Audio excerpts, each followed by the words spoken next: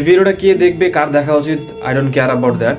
প্রতি বছরই 31 ডিসেম্বর আমি আসলে একটা ভিডিও বানায় রাখি ফর মাই সেলফ, আমি আমারে দেখার জন্য। যেমন 2024 সালে 31 ডিসেম্বর আমি হয়তো কিছু ছবি তুলে রাখছিলাম যে আমি এবং আমার একটা ফ্রেন্ড মানে জাস্ট ভাবতেছি যে বছরের পরে বছর চলে যাচ্ছে, আমাদের কোনো উন্নতি নাই, কোনো কিছু করতে পারতেছি না, মানুষজন টাকা কামায় ফাটায় ফেলতেছে, মানুষজন আমার বয়সী পোলাপাইন এই করতেছে সেই করতেছে, বাট আমি কিছুই করতে পারতেছি না। That's right.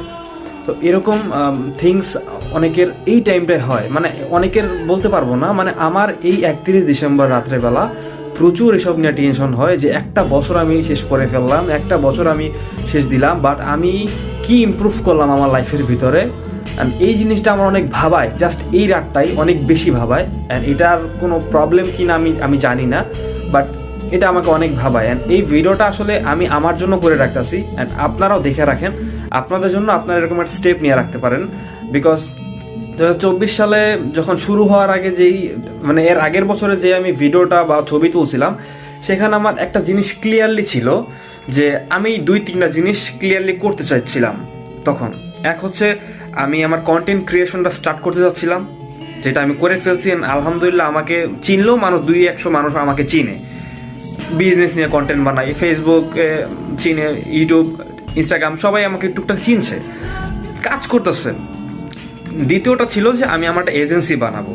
আমার একটা এজেন্সি হয়েছে, আলহামদুলিল্লাহ এজেন্সিতে টুকটাক আমি কাজ করতেছি, কাজ পাইতেছি। আমার এনাফ কোটি কোটি টাকা, লাখ লাখ টাকা প্রতি মাসে আমি ইনকাম করার দরকার নাই ভাই, আমি করতেছি। That's what I am doing, right.